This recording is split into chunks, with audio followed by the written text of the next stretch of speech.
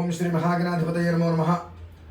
భారతీయ శంకరపీఠం భక్తులకు, అశేష ప్రేక్షకులకు శుభాభివందనాలు, శుభాశీస్సులు. అందరికీ కూడా మొట్టమొదటిగా నూతన పరాభవనామ సంవత్సర యుగాది శుభాకాంక్షలు, శుభ ఆశీస్సులు. ఇప్పుడు మనం ఈ పరాభవనామ సంవత్సరంలో ఏమి జరగబోతుంది, ఏ నక్షత్రాల వారికి, ఏ రాశుల వారికి ఏ విధానం నడవబోతుంది అనేటువంటి విషయాలు క్లుప్తంగా కొన్ని తెలుసుకుందాము. అయితే పరాభవనామ సంవత్సరమునకు రాజు బృహస్పతి వారు అయ్యారు. అయితే మంత్రిత్వ విధానము,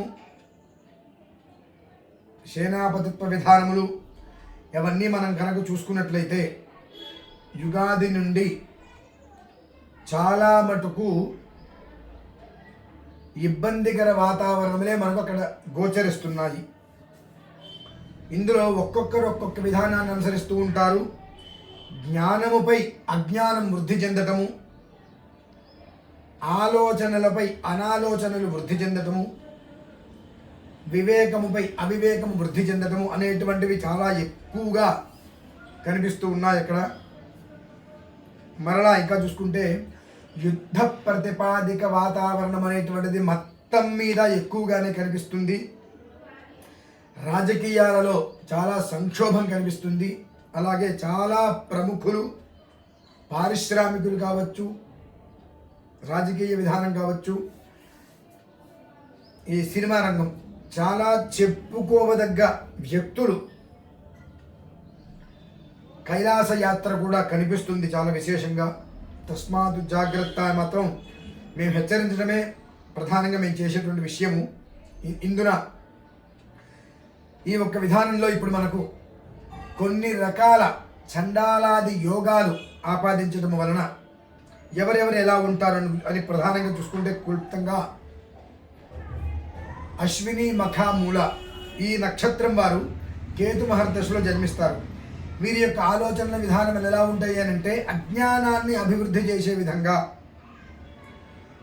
ఏదైనప్పటికీ కూడా సమతుల్యంగా సవినయంగా ఉండేటువంటి అవకాశం తక్కువ.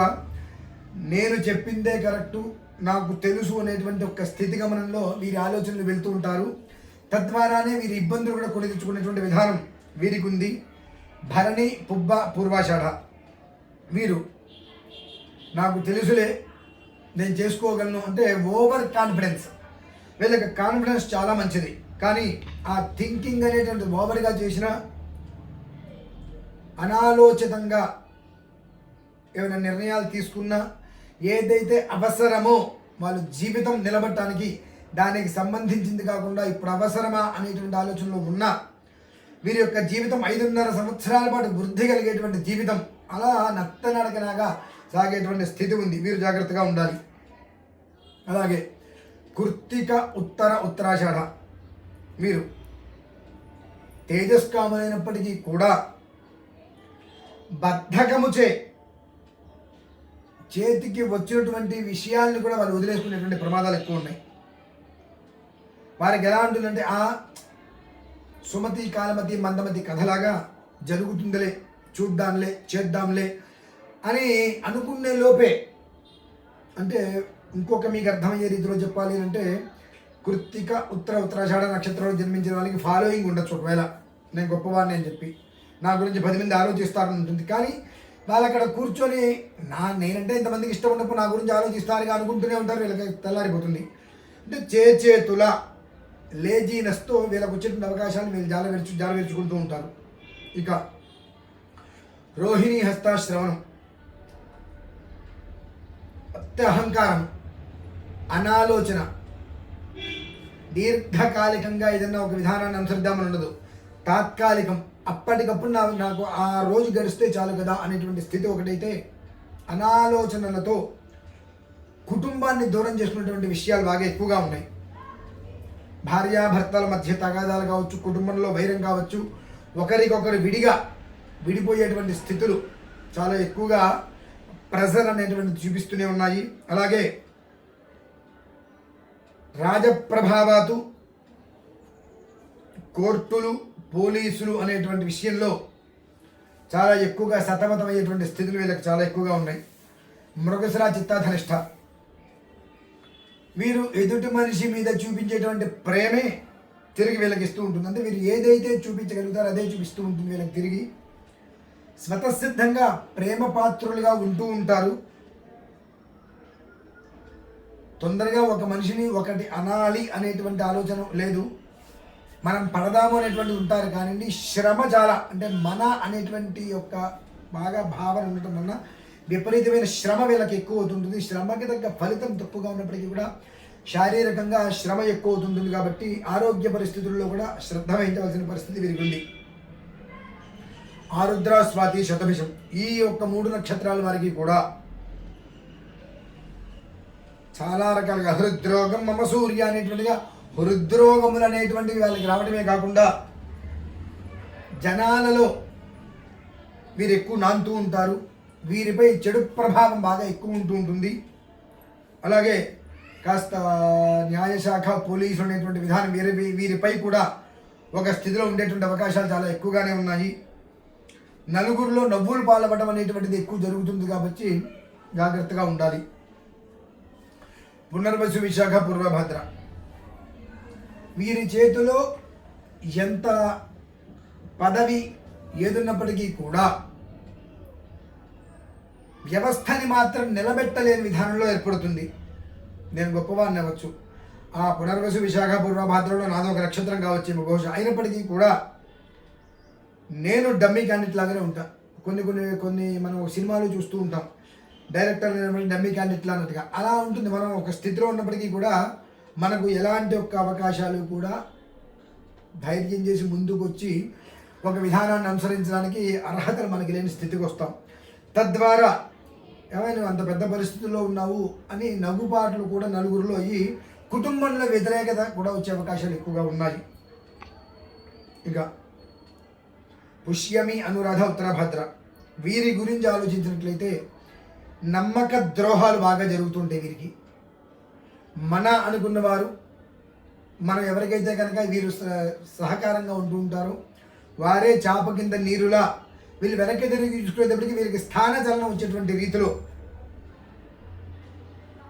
వాళ్ళకి ప్రభావం అయితే కాస్త ఉంది. స్థానచలన యోగం ఉంది. చేసేటువంటి ఉద్యోగం నుంచి మార్పులు చేర్పులు కూడా ఉన్నాయి. అయిన వాళ్ళని కాని వాళ్ళని గట్టిగా నమ్మి మాత్రం ఇబ్బంది పడవద్దు అనేటువంటి విషయాన్ని మీకు నేను తెలియజేస్తున్నాను. అలాగే ఆశ్లేష, జ్యేష్ఠ, రేవతి ఇది చూసుకుంటే బుద్ధి మందగిస్తుంది, ఆలోచన ఉండదు, ఏదో ఒకటి చెయ్యాలి అనేటువంటి ఉద్దేశం తప్పితే ఏం చేస్తున్నామో అర్థం కాదు. చేసేది ఏదైనప్పటికీ కూడా ఎవరికి కూడా ఉపయోగం లేకుండా నిరుపయోగంగా పడి ఉండటమే కాకుండా నలుగురిలో కూడా చీత్కారాలు అనేటువంటి మాత్రం తప్పే స్థితిలో కనిపించడం లేదు. ఇది నేను మీ అందరికీ కూడా కొంచెంగా ఎందుకు చెప్పాను అంటే ఇప్పుడు ఈ వీడియోలో ఈ 12 రాశులకి సంబంధించి ఏ రాశికి ఎలా ఉండబోతుంది, ఏ రాశులు ఏం చెయ్యాలి, రాజు మంత్రి కలయిక వలన చండాల యోగాలు ఎలా పడుతున్నాయి, వాటి ప్రభావం ఏ రాశి వారికి ఏ పరిస్థితుల్లో ఉండబోతుంది అనేటువంటి విషయాలన్నీ కూడా 12 రాశుల వారికి విడివిడిగా రాశి ఫలితాలు చెప్పడం కూడా జరిగింది. కేవలము పరాభవనామ సంవత్సరం ఎలా ఉండబోతుంది, ఈ పరాభవనామ సంవత్సరానికి బృహస్పతి గురువుగా రాజుగా బృహస్పతి ఉన్నారు కనుక మంత్రి ఉన్నటువంటి గ్రహం ఎవరు, వాటి యొక్క ప్రభావము, సేనాధిపతి ఎవరు, అర్ఘ్యాధిపతి ఎవరు, నీరసాధిపతి ఎవరు అంటే వీరందరినీ దృష్టిలో ఉంచుకొని ఈ నవనాయకులుగా ఉండేటువంటి వారు ఎవరెవరిని ఏ విధానంలో ఇబ్బంది పెట్టబోతున్నారనేటువంటి విషయాలు ప్రతి గ్రహానికి కూడా ప్రతి రాశికి వివరంగా కూడా అందించడం జరిగినది. ఖచ్చితంగా ప్రతిదీ కూడా ఈ పరాభవనామ సంవత్సరం పేరులో ఏదైతే పరాభవము అనేటువంటిది ఉన్నదో దాదాపుగా అందరికీ కూడా ఆ పరాభవం అనేటువంటిది పట్టం కట్టడం అనేటువంటిది తథ్యం.